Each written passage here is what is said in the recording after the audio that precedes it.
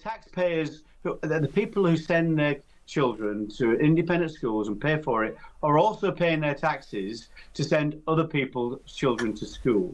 They're not avoiding tax somehow by doing that, so they're paying twice. Why would you tax them twice? It's simply wrong. It is pernicious. It's envious.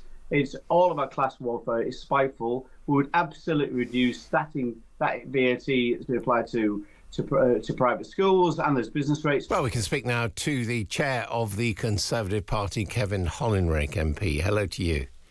Good morning, Adam. First of all, your thoughts on Nigel Farage's or the latest revelations in the Sunday Times about the support he's received, which he has not declared, and indeed which Reform UK say there's no need for them to have declared them. Well, I heard you describe the person who's got this money from, George Cottrell, as a tech entrepreneur. He's actually a convicted criminal in the US, Adam, and convicted for money laundering. So I really think there are questions to answer, and we'll be putting a complaint to making representations to the Parliamentary Standards Commissioner over the next 24 hours to say this matter must be investigated. The situation is, in Parliament regulates itself. It's not regulated by an outside body. And so if there are things that don't appear to adhere to the rules, then it's up to other parliamentarians to raise those points to the Parliamentary Standards Commission, which we will be doing. This is very important that all politicians, all parliamentarians, in fact every citizen, is judged by the same standards and follows the same rules. The argument they're making is that he didn't know he was going to be an MP until shortly before the election, so this doesn't apply. Well, the way to resolve this, and I can't really talk about the £5 million other issue that Nigel Farage has got, the gift he got, because I was the complainant to the Parliamentary Standards Commissioner, and there are rules around making further statements on that. But all this could be resolved for Nigel Farage himself to refer himself to the Parliamentary Standards Commissioner, and if he's done nothing wrong, then fine. OK, we move on. But if there's wrongdoing, then he should be subject to the rules and the sanctions, just as anybody else would be. Do you get the sense, I mean, obviously the Tory party has been threatened by Reform UK in opinion polls and in off-year elections. They've beaten you repeatedly. Do you get the sense that that threat is now receding?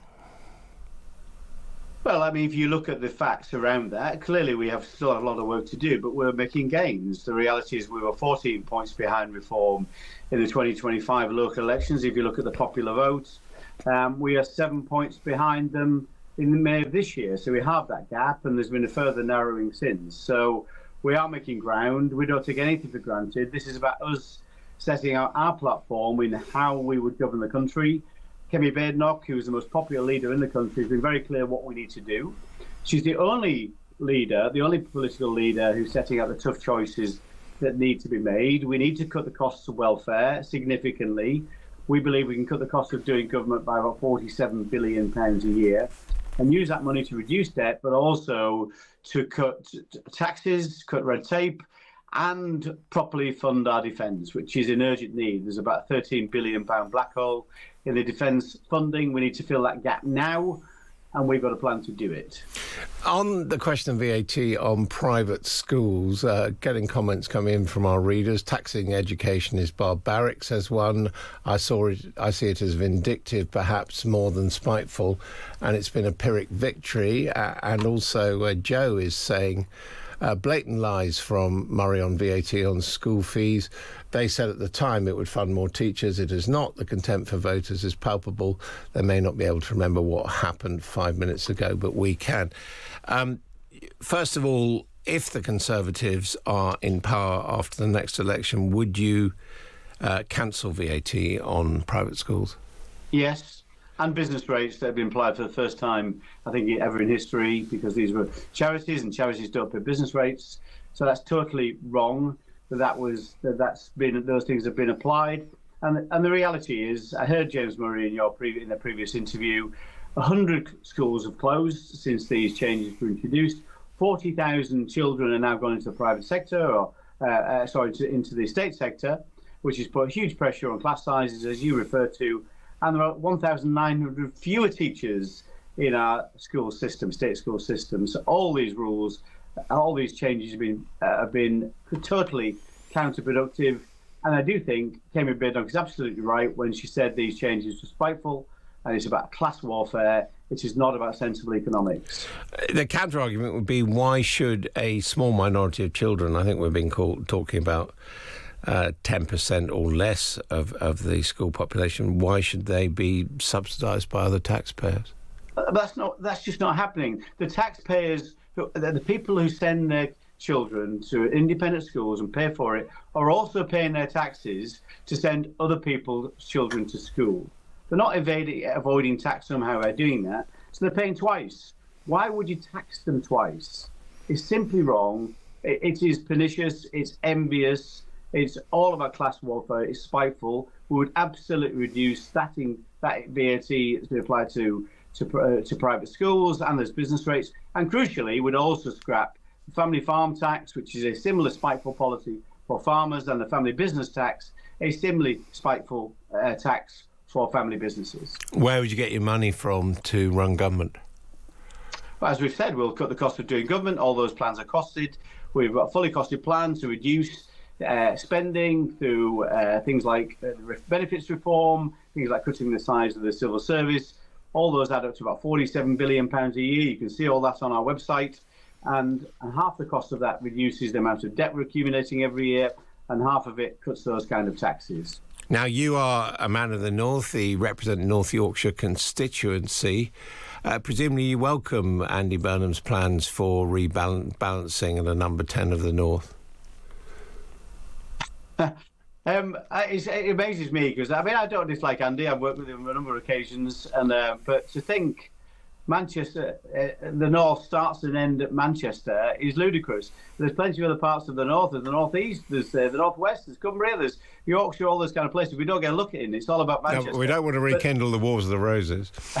Well, no, I don't want to do that either. But I do think, listen, I've always been advocating a better deal for the North, but also the East Midlands, the West Midlands, the South West, the South East, Scotland, Wales, Northern Ireland, all those different parts of the country, simply thinking this is a Manchester-centric problem in terms of underinvestment is wrong. I think the other part of this, of course, is there will be duplication of costs. That's the reality. Number 10 isn't simply Andy Burnham and a personal assistant or something. It is the huge machinery of state. There are literally thousands of people working number 10 and the Cabinet Office, which sits next door. So are you going to duplicate all that kind of stuff in Manchester? We've already got a Treasury North in Darlington, which we put in place. I think it's simply a duplication. And I also think what it probably is, given Andy Burnham's reluctance to face the press and ask any questions, or Parliament, since his virtual anointment as the new Prime Minister, I think it's a way of avoiding questions. They'll be sat in Manchester trying to keep out the way of scrutiny, and I think that's wrong. Do you think he's a more formidable opponent as the leader of the Labour Party than Keir Starmer was? He's a better communicator, no question, and that's a key part of politics. But fundamentally, his politics are no different. The reality is all he's talked about is more tax. And the more you tax things, if you keep taxing things, with certain things, you get less of it. That's the reality.